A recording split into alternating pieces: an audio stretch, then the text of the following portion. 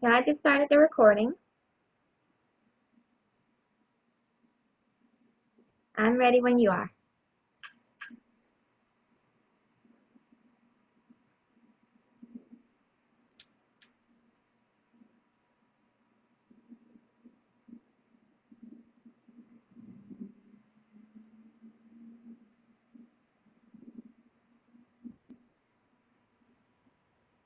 So your first question is, what's the name of my organization? Well, the organization is called Feed 50 Families, and I am the founder and only employee of the company.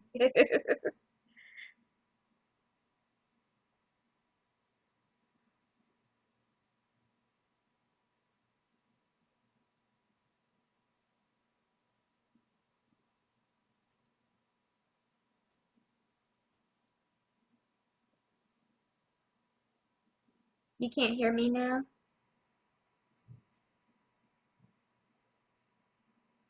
Can you hear me? Try unplugging. Oh, I can hear you now.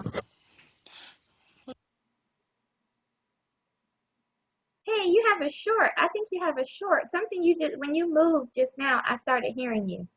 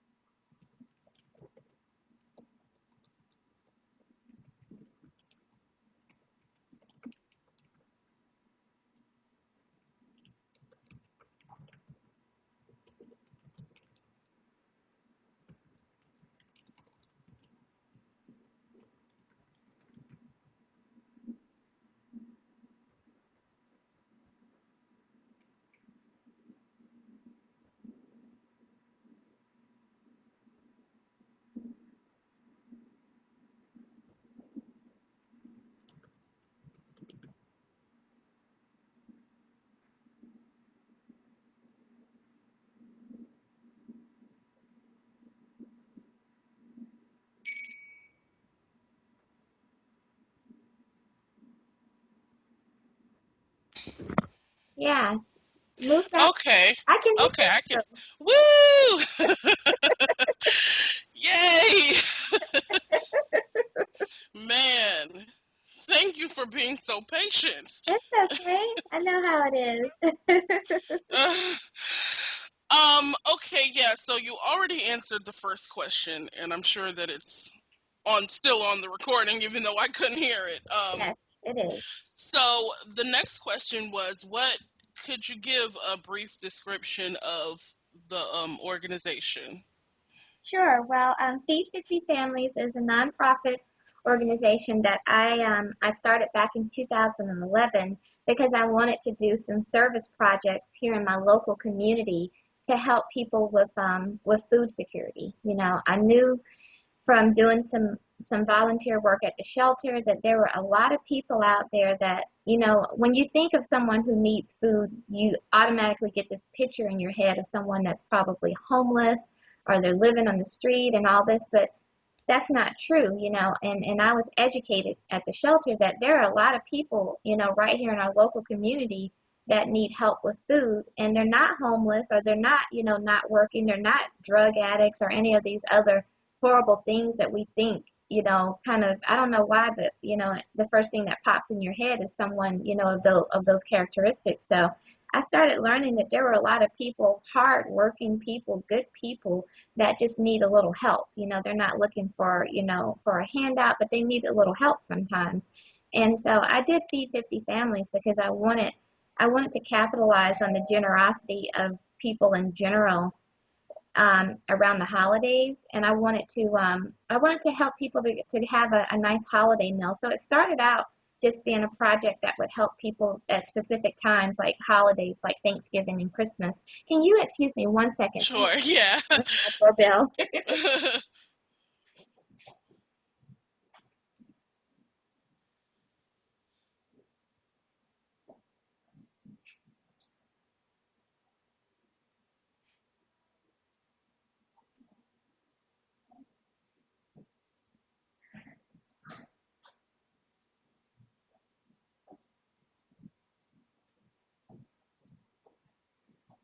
Sorry, that was my little buddy that cuts my grass.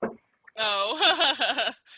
But yeah, so that's what it started out being, was just something, to give back during the holidays. And then I started getting calls after I put up the website and stuff like that. I started getting a lot of calls from people that were just calling me asking where they can come and get food.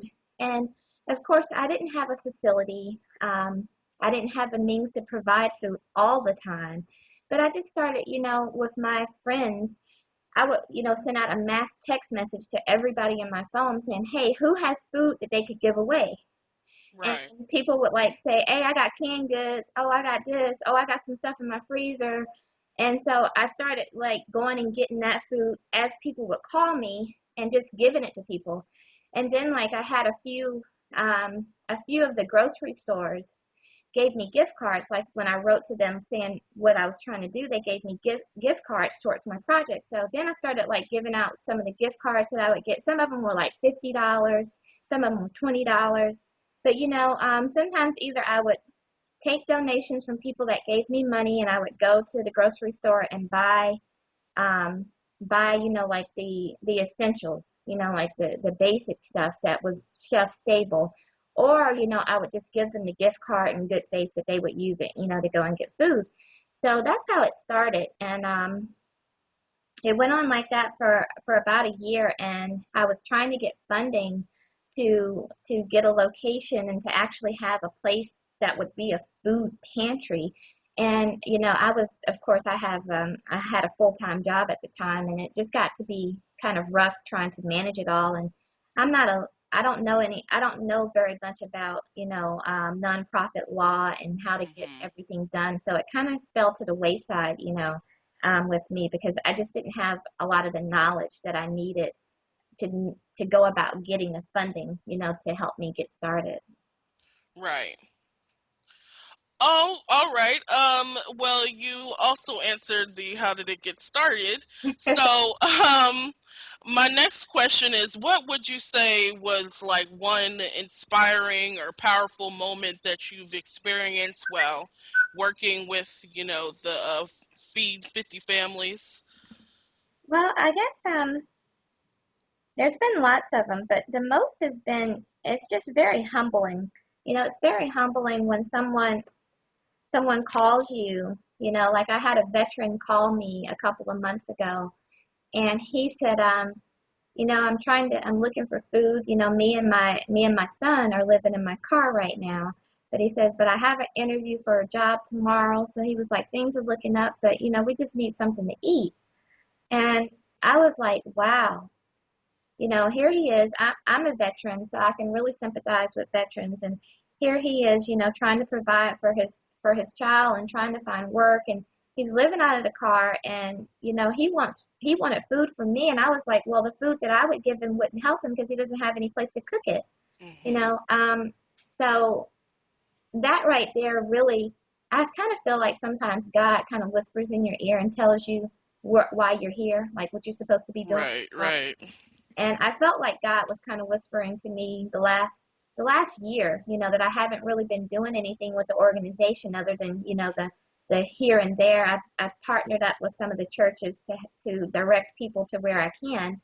But I just feel like God has just been whispering in my ear that that's what I need to be doing, that you need to be paying attention to this, and this is what I'm guiding you to do. So that was kind of one of the things when he called me that day. It just broke my heart, to hear the desperation, and and I know that it was hard for him to say to me, I need help. I need right, food.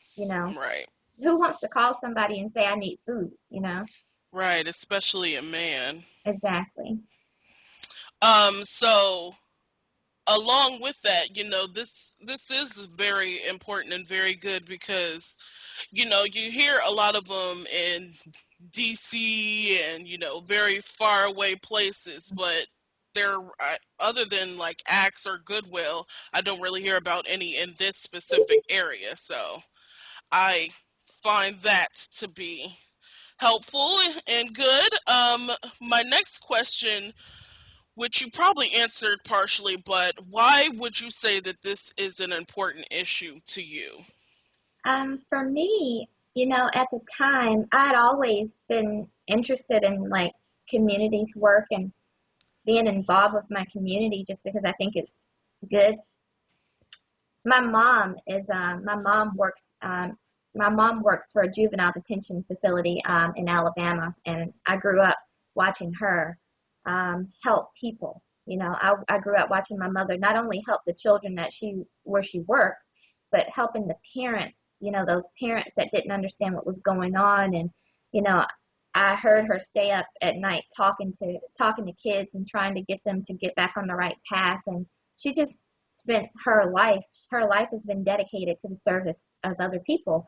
And I didn't appreciate it when I was a little girl because I used to be like, oh, she never got time for me, or oh, she's always. I didn't appreciate it then, but I think as I've gotten older, I truly admire my mom, and I try to be more like her in that regard. That I want to be known for giving back. I want to give everything back that I've been blessed to have. So for me, Mhm. it's important. And I saw, just kind of like you said, outside of Acts and outside of the other shelter, the um, Hind, I always mess up her name, but the other one off of Route One, Helinda, I think is Oh yeah, something, yeah, something, yeah. Outside of those places, there really is no place for people to go get immediate relief in Prince William County, actually, in all of Prince William County. yeah, No yeah. place for immediate relief. And there's lots of need. There's lots of need, Mhm. you know. Mhm. And I'm hoping my actual full vision for this project, once I'm able to get myself back, back settled as far as financially, um, is to open a full pantry, and it's going to include a soup kitchen for people that not only want to come and pick up food that they would take back home, but that they can also come and get a hot meal. I would like to offer a breakfast and an early supper, um, Mhm. at least 5 days a week. Right.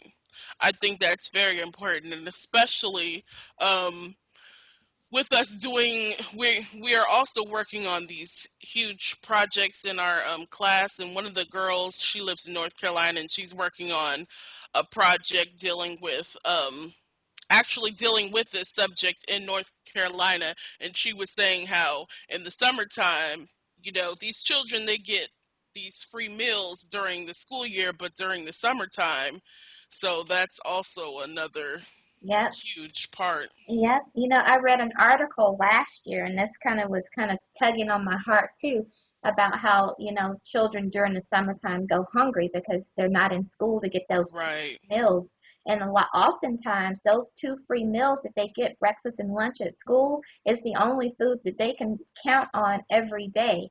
So, I just think in this country of abundance, in this country of so much waste, I just think it's ridiculous that a child can't eat. It's ridiculous that Mhm. anyone can't eat, but a child, I really, really think that that's just really ridiculous. And to look at the money, all of the money that we send out of this country, to help other people, not to say that they don't deserve or need help, but we need to help our own people in this country with the bare essentials, of food. No one should have to worry about going hungry.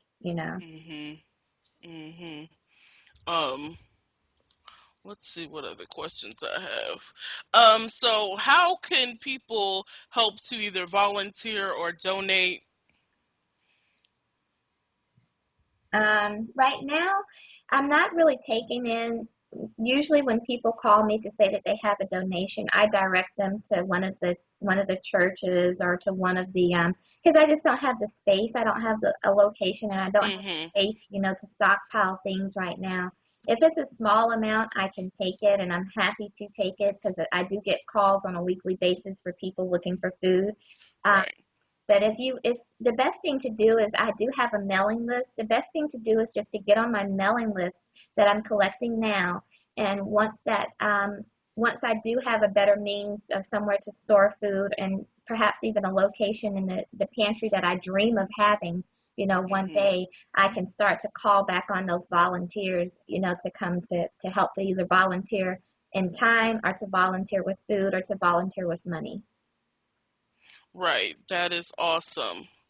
Um, what is something that you have learned while going through this whole process of starting this? Boy, let me tell you. It is a process, and I've learned that it's important that a lot of people out there want to help. I wanted to help so desperately, and that's what led me to do this, and I saw the need. But wanting to help and knowing how to run a business is two different things. It's a wonderful thing to want to help, but you'd be amazed at how no matter how big your heart is that you want to help people and the things that you want to do, there are laws out there that, don't protect you. And you need to know the laws, you need to understand them. So you need legal advice, especially if you're dealing with food, particularly if you are dealing with food.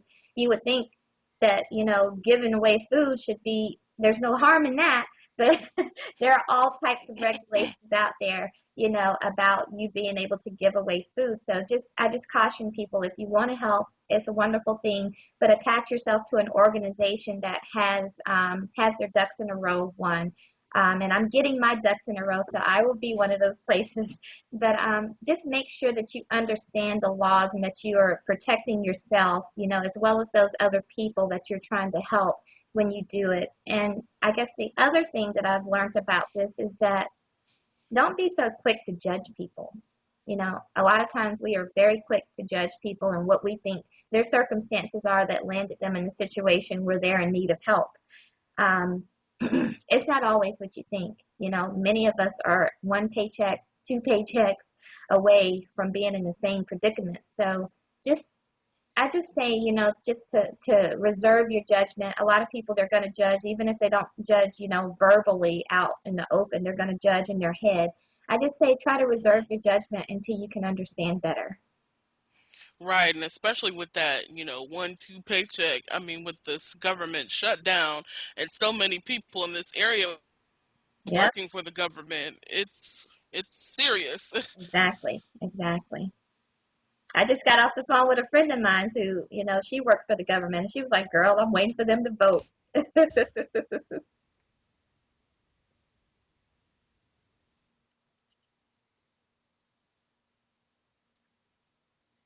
You still there? Yeah, no, you were breaking up a little bit, but you are still there. I'm still here. Okay. Okay. Um, okay.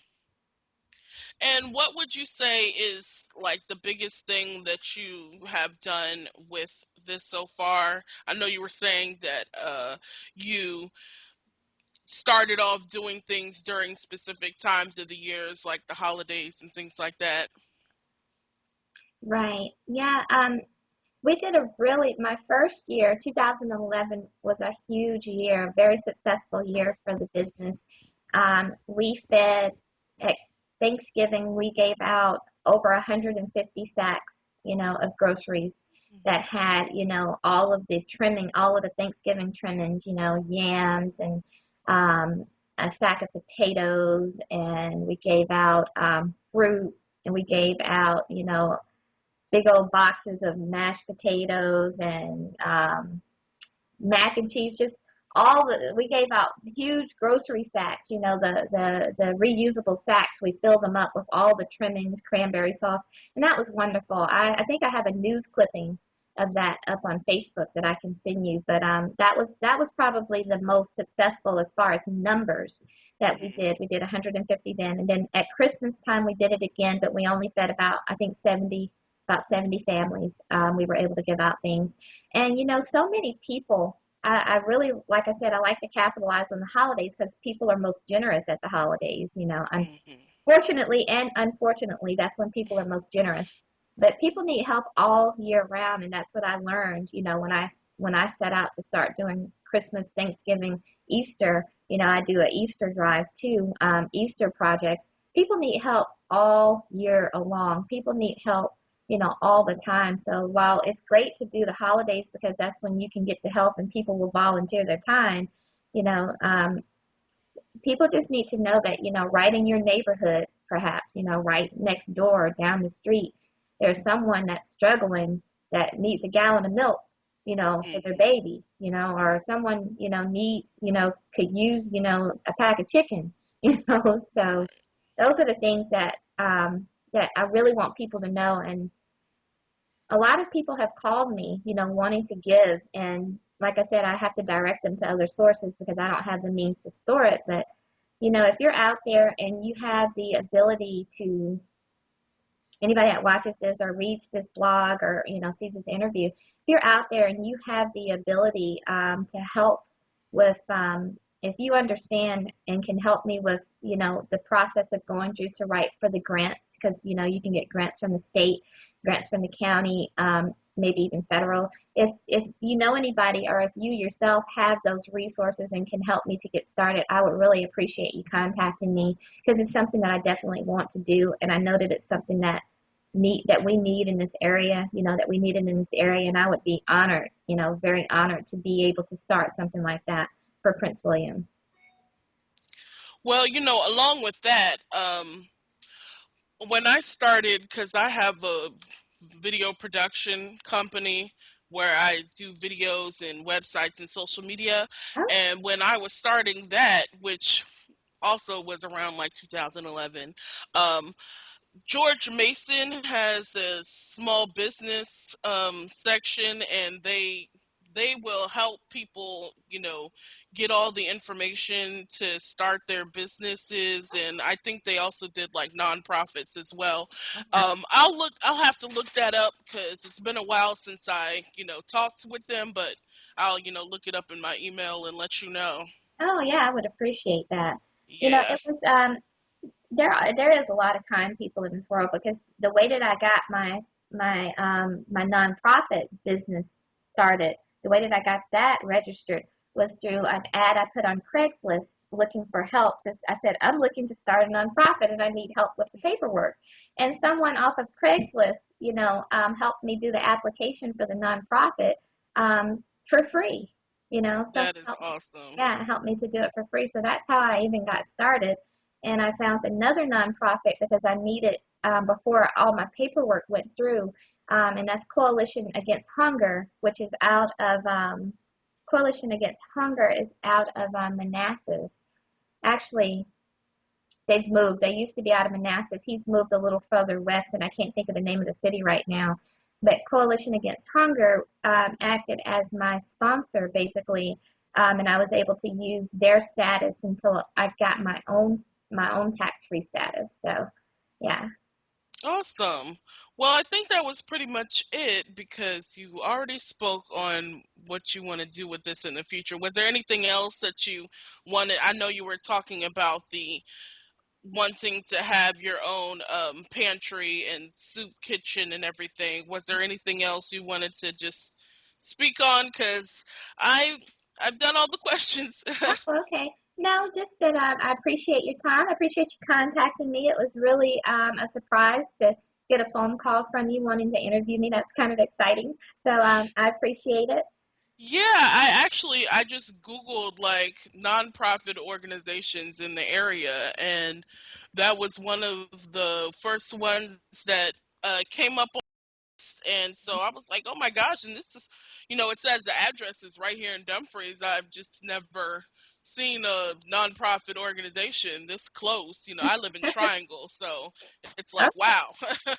Yeah, yeah. I was I actually talked to someone. There was a young lady had a cupcake, had opened up a little cupcake place right off of Route 1 in Triangle, or is that Dumfries? Yeah, I don't know where the lines are, but it's right there in Right. the area, close to the post office, and I Oh yeah. yeah, it's an old house. It used to be a house, I guess, that people lived in, and now it's been converted over to commercial. And she had a cupcake place there, but it didn't do very well. It's just not the area for that, It's not enough business. Oh yeah, yeah, yeah. But Cause we did go in there one yeah, time, and yeah, I was actually talking to him, talking to the owner of that house because that would be the perfect location for me because it's yeah, close that. to my house. It's right off the highway. It has a Mhm. kitchen, has plenty of storage, and it's his rent isn't as high as some of the other places would be. So I don't know. It may happen sooner than we think. I don't know. I have some people, some other people that I've expressed my interest to, and they were going to kind of shop it around, looking for me some sponsors, like some local businesses that would donate, some money to help to get the place up and running. So keep your fingers Right. crossed, and I will. I will definitely. I will pray, and then also, um, another thing.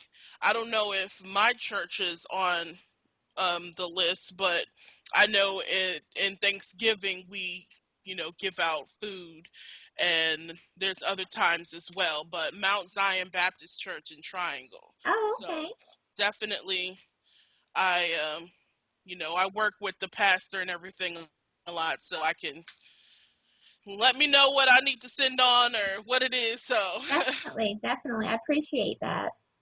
no problem. Well, again, thank you, and please let me know when you can send the audio because this all has to be done by midnight. So I'll upload it as soon as we're done, and I'll send you the link. I'll send you the link back over email. cool. Thank you. All right. All right. Bye. Bye bye.